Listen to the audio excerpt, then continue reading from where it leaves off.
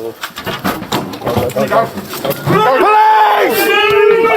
Stay where you are! Police! Police! Stay where you are! Police! Police! Police! Stay where you are! Police! Stay there! Stay there! Stay there! Stay there! Show me! Get in there! Get in there! Get in there! Stay there! Stay there! Stay there! It's the wrong place. Support! I think it's the wrong place. Got a search warrant to search the address, okay? Oh yeah, sure. No. Yeah. London, a cold February night in 2023. The sky was moonless, the wind blowing through the dark alleys as if whispering something that had not yet been revealed. An unmarked car pulled up quietly near a diplomatic building in the east of the city. Security cameras captured the moment when 4 men and 2 women stepped out, their faces obscured in the darkness, their every gesture a wary and calculating one. The leader, tall with graying hair, made a quick gesture. Without a word, the group disappeared into the darkness as if they had never existed. At the time, no one knew that the journey from this quiet moment would open one of the most serious security investigations of the decade. No one knew that these seemingly ordinary people were playing a dangerous game of information, truth, and loyalty. And then, as the pieces of the puzzle began to fall into place, British officials realized this was more than just a routine surveillance. It was a stab at the heart of national security, coming from the unlikely source. They live in the heart of England, with identities so ordinary that no one bothers to question them. A quiet computer technician, a hard-working night nurse, a clinic worker with a friendly smile, a beautician who regularly posts pictures of his nails on social media, a former competitive swimmer, and a man with a background in MMA. 6 people, 6 perfect covers for something no one expected. Among them, the most prominent is Orlan Rusov, a man in his 40s, a former businessman in technology and finance. He lives discreetly in a guest house in Great Yarmouth, a place that seems to be just a stopover for tourists on the coast. But inside that house, Rusov quietly communicates every night with a subject on the international wanted list, Jan Marsalek, who is believed to have links to Russian intelligence. No gunfire, no macabre action, just the insidious work of a modern spy network, encrypted emails, telecommunications devices disguised as household items, and chance encounters between strangers. They blend into life like shadows into night, silent but ever present. As the security forces begin to piece together the seemingly disjointed details, a new picture emerges. This is not a group of individuals working alone, but an organized, carefully programmed machine, and their targets lie deep within the layers of secrecy that define modern Europe. It all started with a seemingly unremarkable theft in Berlin. A set of confidential files disappeared from a senior diplomat's desk in a matter of minutes. No signs of forced entry, no cameras, no hard evidence. But it was precisely that too clean that made the security agencies suspicious. Initial clues led them to an email address used to send remote access requests, and the IP address, surprisingly, came from a small town in England. MI5 immediately got involved. They didn't rush to arrest anyone, didn't make a fuss. They watched, silently, patiently, and gradually peeled away the camouflage built up by everyday habits. The accidental meetings between members in a cafe, the unexpected move, the suitcase that was always locked when traveling, all were recorded and analyzed. One of the biggest turning points came when Rusov was caught on camera receiving a package from an unidentified Eastern European man containing a miniature recording device and an encrypted memory stick. MI5 then traced the electronic communications, established the source of the funds, and realized they were dealing with not a simple gang of thieves, but a well-structured spy network coordinated from outside the UK. The Berlin heist, it turned out, was just one piece of the puzzle that was slowly unraveling.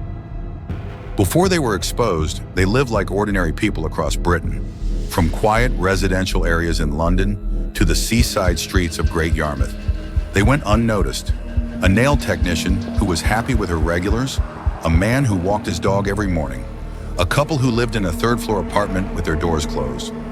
They didn't appear to be anything out of the ordinary, but behind those seemingly innocuous doors were recording devices, marked maps, and fake IDs neatly packed in locked metal boxes.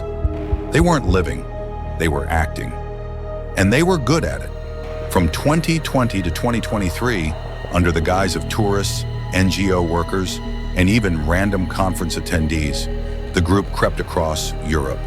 They showed up at international conferences, blended into Ukrainian communities in Germany, Austria, and Spain, and quietly spied on designated targets.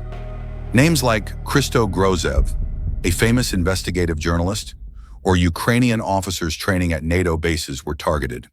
They gathered information, secretly took photos, recorded audio, copied data, and then quietly disappeared as if they had never existed. Every trip was a mission. Every meeting had a purpose.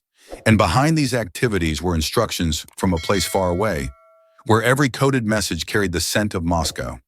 No one suspected that behind the neat business suits, friendly smiles, and casual small talk was a spy machine that was running at a chillingly smooth pace. The 6 Bulgarians didn't need weapons to commit their crimes. They had technology, a script, and absolute loyalty to anonymous orders from across the border. They carried seemingly ordinary wristwatches that were actually recording devices. They installed tiny cameras in glasses cases, cigarette cases, and even phone chargers. They created fake profiles with extremely convincing details, degrees, old addresses, letters of recommendation, all programmed to bypass the most rigorous security checks. One member once posed as a research student and approached a prominent journalist to get information about sources inside the Kremlin. Another person, described as charming and charismatic, takes on the role of honey trap, approaching the target through emotional connection, gradually learning their habits, schedules, and even exploiting their psychology to force them to inadvertently reveal sensitive information. In cafes, motels, and budget hotels, they install listening devices and transmit data to encrypted servers. They don't just observe, they record every breath, every sign of weakness of the target. And it all happens in silence. No gunshots, no threats, just darkness and the creepy, tight clicks of a mouse. When police raided the apartments scattered across London, Great Yarmouth, and Harrow, the scene inside stunned even seasoned investigators. There was no trace of panic. Everything was suspiciously tidy. In discreet drawers, they found a series of elaborate fake passports, each bearing a different nationality, but each bearing photographs of familiar faces. Miniature cameras were hidden in desk clocks, electrical sockets, even doorbells. Detailed maps of British and NATO military bases were marked in red, along with the travel schedules of several senior diplomats. Each item was a piece of a puzzle, and when put together, they painted a clear picture. This was no ordinary residence. It was a perfectly camouflaged spy hub. For months, MI5 agents, working closely with the National Counter-Terrorism Force, quietly tracked the 6 Bulgarians, individuals who lived in the world but operated as sophisticated cogs in a secret spy machine. They tracked every unusual financial transaction, every unexpected international flight, every seemingly random coffee shop meeting that repeated itself with uncanny regularity.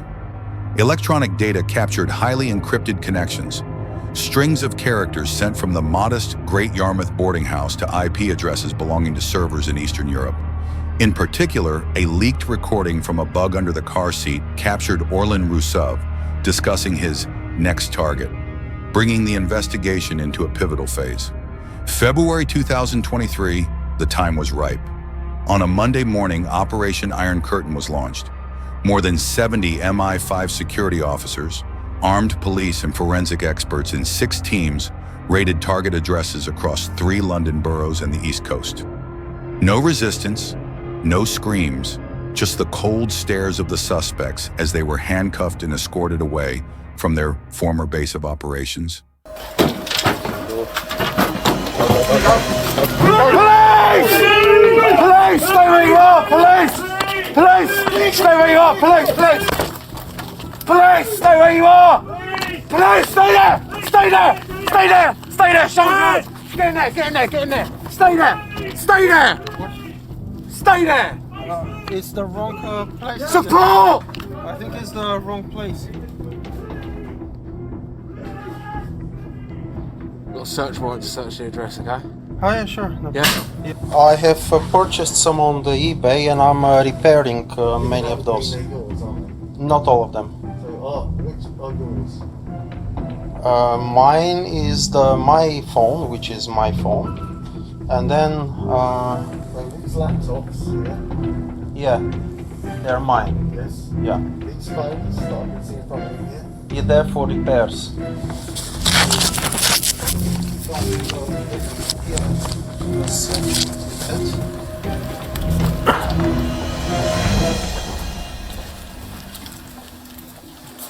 Servers were sealed, laptops were seized, small storage devices such as SD cards, external hard drives, even notebooks with cryptic codes, all were processed bit by data analysts. In the interrogation room at London's counter-terrorism police headquarters, the suspects remained almost completely silent. Orlan Rusev refused to be appointed a lawyer, repeatedly asking to be put in touch with the consul, while Katerina Ivanova would not answer any questions beyond, "I don't know who they are." But investigators didn't need a confession. They had evidence. Decrypted emails from the anonymous account showed that intelligence reports had been sent at the exact moment a Ukrainian journalist was temporarily lost in Vienna. A member of the team was caught on camera near the apartment of a NATO officer in Spain on the day his personal security system was breached. They found maps with markings identical to those in secret documents stolen from a government building in Berlin. The case grew stronger by the day. Experts compared images of the fake passports with entry records from more than 5 countries in the Schengen area. Fragments of conversations extracted from encrypted audio files established a direct link between Rusev and a figure in a classified Western intelligence dossier who had been implicated in poisonings in Europe. Each piece of evidence was fitted together like a giant jigsaw puzzle, creating a framework so solid that no defense attorney could break it. This was no longer doubt. This was conviction, and their game, no matter how sophisticated, ended in silence, because the very tools they had used to spy became mirrors reflecting undeniable guilt. In May 2024, after more than a year in high-security detention, 6 Bulgarian defendants finally faced the light of justice at the Central Criminal Court in London, where some of the most dangerous criminals in British history have been tried. The trial attracted special attention from the international media because of the unprecedented nature of the case. A foreign spy network operating right in the heart of Britain with sophisticated methods and a target that was by no means small. In the courtroom, the defendants kept their faces cold, even indifferent, as the evidence was gradually announced. From encrypted emails exchanged with subjects related to Russian intelligence, to micro-recording devices hidden in everyday objects, or detailed diagrams of European military facilities marked in red. This is not a spontaneous criminal group, the prosecutor asserted. This is a systematic, methodical, commanded, and targeted espionage organization that penetrated the most sensitive points of state security. In a weak defense, Rusev's lawyer argued that his client was just a telecommunications technology entrepreneur, but the judge immediately retorted, "No businessman needs 3 fake passports and software to encrypt communications with an internationally wanted person." Finally, the verdicts were delivered in a hushed silence. Orlan Rusev, 10 years and 8 months in prison. Bisser Jambazov, 10 years and 2 months. Katerina Ivanova, 9 years and 8 months.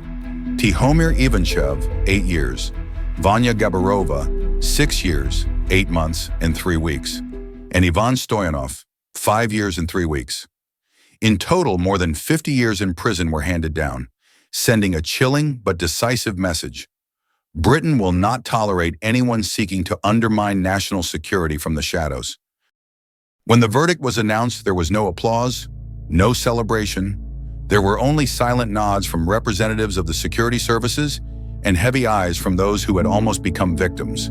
Investigative journalists, Ukrainian military officers, people who had lived under the invisible knife of an unsuspecting conspiracy.